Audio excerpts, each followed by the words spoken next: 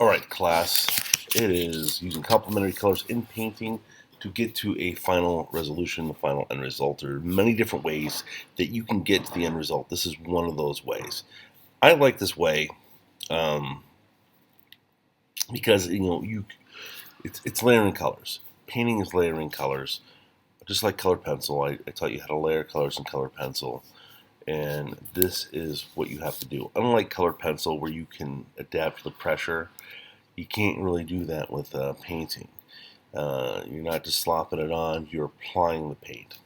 So what we're going to do in this one, you should have already got to the point where you have seen the first video and you've taken your image from the printout, put it onto the paper or the canvas paper, and used like a carbon paste paper. You're putting pencil lead on the back, and then you're putting it down, taping it down, tracing it, and now we're going to get to the coloring and mixing of paint. You should always mix your paint, and we got heavy-bodied paint. It's called heavy-bodied for a reason. The reason is that it's thicker, just like the liquid detergent that your mom gets, where it says it can do 25 loads, you just need less. Same principle.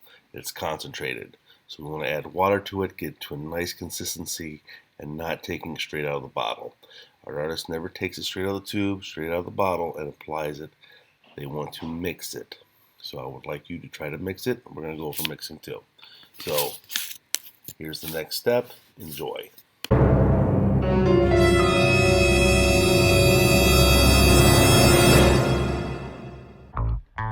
Alright, you can see here, this is definitely sped up. So I'm going over the red over my green. This is the third installment, so you should have already seen the first two previous ones. And again, you want the consistency to be nice. This is not the first time I'm going to go over it, because you can see some on the side of the pepper. There's some where a lot of the green's still showing through. I don't mind the green showing through, but I'm going to want it darker. You can see that just applying the red, that you can already see where it is darker red going over the green, and a lighter red where it isn't. I use a little bit of water, even in the previous ones, to help gradate my colors. That's what's the difference between colored pencils. Colored pencils, you apply pressure. You want to apply water to kind of thin out your color so you can make it stretch and make it a little bit lighter. And again, we're painting in layers. So you can see here, since I got the red out, I'm going ahead and use the red for the underpainting of my stems as well.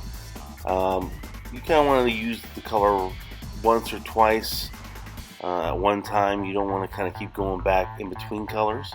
It's more efficient if you can use like one coat, let it dry, and then come back to it, then just put a little bit on, then come back to it and put a little bit on. You're going to lose your consistency. So you can see here I'm going over the blue with the orange that I made, mixing a little bit of yellow and red. I have the top of there where I'm just grabbing a little bit of paint and adding some yellow where I want the color to be a little bit lighter. So I'm mixing on the page. You can do that, but you don't want to do it too much. There's going to be another video that's going to show that a little bit more on that painting technique. The main thing I want you to focus on is using complementary colors to get your shadows, your midtones, and your highlights in a painting, in the still life. So you can see there I'm going over the orange.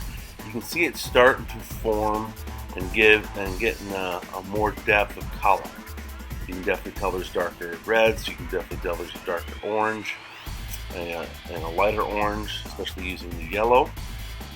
To kind of paint over certain areas to kind of brighten it out. Again, we're not using black in coloring this.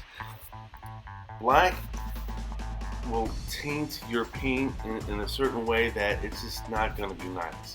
Using natural colors, using natural colors and reflection of light, you can get much more intense color, much more vibrant color, much more interesting color than just applying black or just applying white. To get your shadows, your midtones, and your highlights. So you can see here again, I'm going over the red. You can see how the red's becoming more vibrant. It's getting a little bit more darker in the areas where it should be shadow. And the pepper's coming together a lot better. You can definitely see the darks, the lights, and it's a thin coat each time. I shouldn't have a bunch of like gelled paint anywhere. If you're getting to get tight in the area, you put your brush down flat and then you move it back towards yourself in a nice smooth manner. You're not painting with your wrist, you're painting with your arm. So you're going to get your hand set, you're going to put the bristles down flat and get the bristles to fan out to where you want them to, and then draw it back slowly to yourself so you have the utmost control so you can get a nice crisp edge. Same thing in drawing, same thing in coloring, with any media. You have more control bringing the paint, the color towards you than you do going away. Also, it's nicer on my brushes, which I do appreciate. So, you can see here I'm adding a little bit yellow where I want to lighten up a little bit at the bottom because of reflective light. Notice that my darks are not just in one area. I'm going off that picture and looking where the darker color is, and I'm trying to apply that darker color and lighten up that lighter color where it's located, because light reflects. It's not just coming from one zone, it's bouncing off the table, so you're going to have some light color at the bottom of the pepper. Your darkest color is going to come in between, not just going to be dark at the bottom, grade to the light, because the light is always above us. So you want to pay attention in your photo resource where the light's coming from, where it's bouncing off at, where your darkest darks are, and where your lightest lights are. Now you can see here I'm using the really small one. Like I said at the beginning, you're going to use that for detail. So I'm just using that to put real fine white, reflective white on here. I'm using pure white. Notice that I'm taking it straight from the palette knife, because you don't need a whole bunch. You need quite a lot of you take too much paint. Notice that I have very little paint, just a couple dabs that I put in there and I mix with water, and even that's too much for what I'm working on. So you don't need a lot of paint. You're going to reconstitute it with water, you're going to get it to a nice smooth color, and then you're going to work from there. So look there, I'm going over with green, using that red-green contrasting in the opposite form. So instead of laying green down, I had red down, and I'm going over it with green. You're going to get your shadows, your midtones, and your highlights. I'm also adding a little yellow like I did with the pepper, the orange pepper, to lighten up certain areas, because yellow is green. So you can use yellow to lighten it up because it's a lighter color. I'm going in with a darker blue to establish more shadow. I'm also going to add other colors to darken that up. I'm going to later, like a purple, to get more of a shadow tone to it, more cool tones and shadow tones. So there you go. This is towards the end. I hope you enjoyed. Hope you learned something. Have a great one.